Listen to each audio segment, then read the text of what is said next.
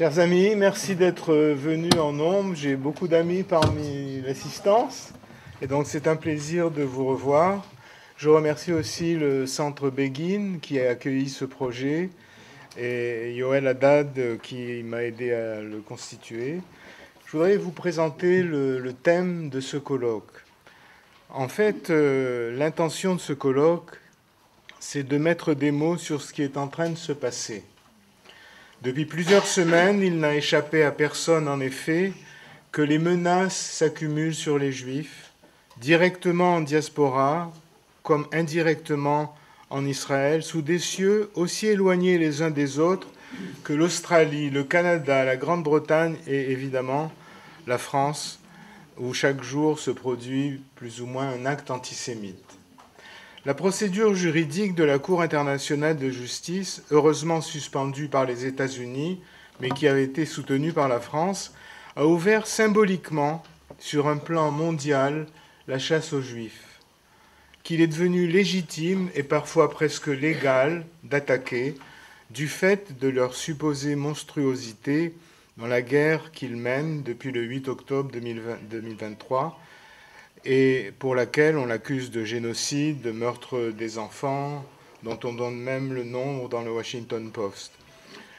Dès le lendemain de ce pogrom, de ce massacre, à la façon des razzias, des invasions musulmanes du 8e siècle, nous avons été témoins de la façon étonnante dont l'humanité reconnue aux Juifs souffrants s'est vite. Est-ce qu'on peut arrêter le téléphone ? Il y a un téléphone qui sonne. Si. Excusez-moi. Ok, merci. Dès le lendemain de ce pogrom, de ce massacre à la façon des razzias des invasions musulmanes du 8e siècle, nous avons été témoins de la façon étonnante dont l'humanité reconnue aux Juifs souffrants s'est vite effacée devant l'humanitaire en faveur des Palestiniens, retournant la compassion pour les uns en compassion pour les autres et réversiblement en hostilité pour les premiers. Les pays parmi lesquels s'est développée l'existence juive contemporaine, c'est-à-dire l'Europe et les Amériques, raisonnent des actes discriminatoires envers les Juifs, les Israéliens, dans des pays qui étaient supposés les plus sympathiques au destin juif, notamment dans une Europe marquée à jamais, on le voit, par les stigmates de la Shoah. Ces actes ne touchent pas seulement des individus ou des mouvements sociaux, ils concernent aussi les États, comme en témoigne la France, qui a lancé récemment à l'Assemblée générale de l'ONU cette initiative pour imposer la création d'un État palestinien sous peine de sanctions pour ceux qui contreviendraient en quelque sorte à ce projet. Et il faut lire pour cela la note en 41 points du Quai d'Orsay pour comprendre l'état d'esprit, dans quelle perspective la France a entamé ce processus. Ce colloque a pour objectif d'aller plus loin que l'analyse de l'idéologie qui accompagne étrangement ce mouvement. Cette idéologie, nous pouvons la nommer le palestinisme, quelque chose de très différent de l'antisionisme. Le palestinisme peut être une croyance propre à des non-musulmans, comme on le voit dans les foules qui manifestent dans les pays occidentaux. Donc il a des finalités différentes et il a des perspectives qui sont totalement différentes. Mais que pourrait-il arriver aux Juifs comme à Israël ? Est-ce que cette masse de phénomènes déplaisants, problématiques, etc., annonce quelque chose ? C'est la question que je voudrais soulever. Parce qu'il n'est pas possible que les choses restent en l'état et disparaissent comme par enchantement. Mais que peut-il se passer ? C'est cette question à laquelle nous devons penser, justement pour comprendre à quoi l'effervescence actuelle peut donner lieu, comment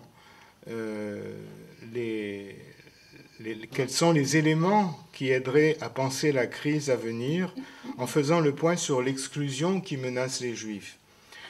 Il restera à penser l'épaisseur de la haine qui frappe toujours les Juifs 80 ans après la Shoah, dans les lieux les plus éloignés, sur la base de justifications péremptoires, une haine que la galoute n'explique plus et qui demande une explication en rapport avec la condition de peuple et d'État, une haine qui est sa propre finalité, au point de donner à entrevoir une profondeur apocalyptique. La solitude mondiale du peuple juif est rare, mais significative.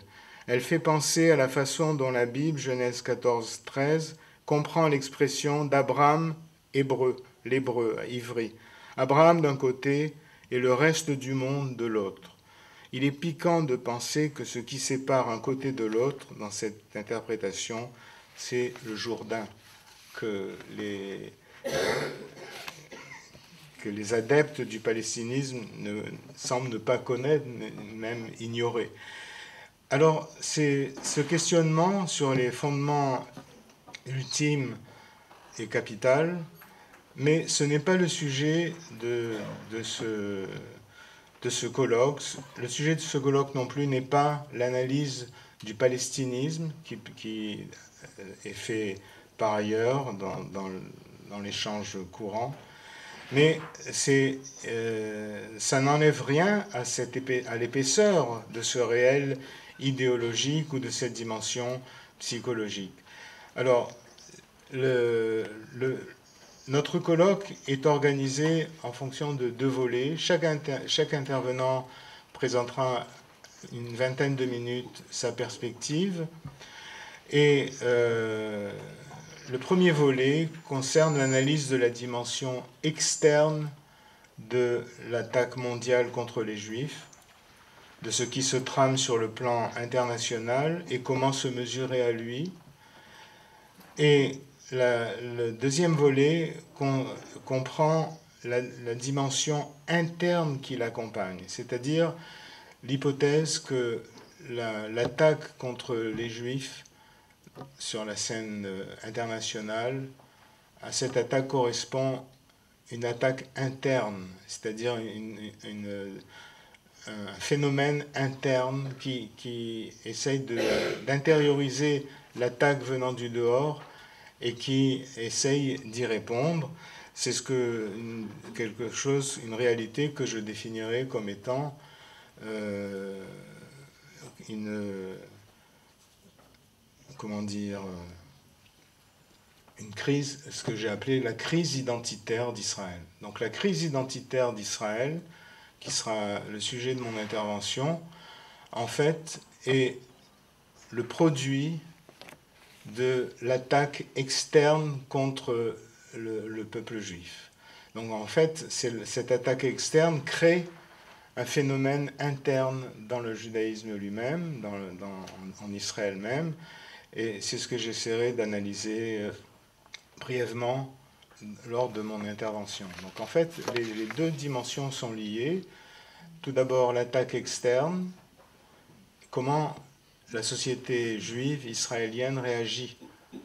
Et comment elle réagit, on verra, ce sera le sujet, vous vous en doutez déjà, parce que c'est une situation que nous connaissons parfaitement, où il y a une tentative de se dissocier du corps d'Israël pour trouver grâce dans le jugement extérieur en se retournant contre les siens. Une vieille histoire, mais qui est un baromètre extrêmement efficace de la gravité des enjeux.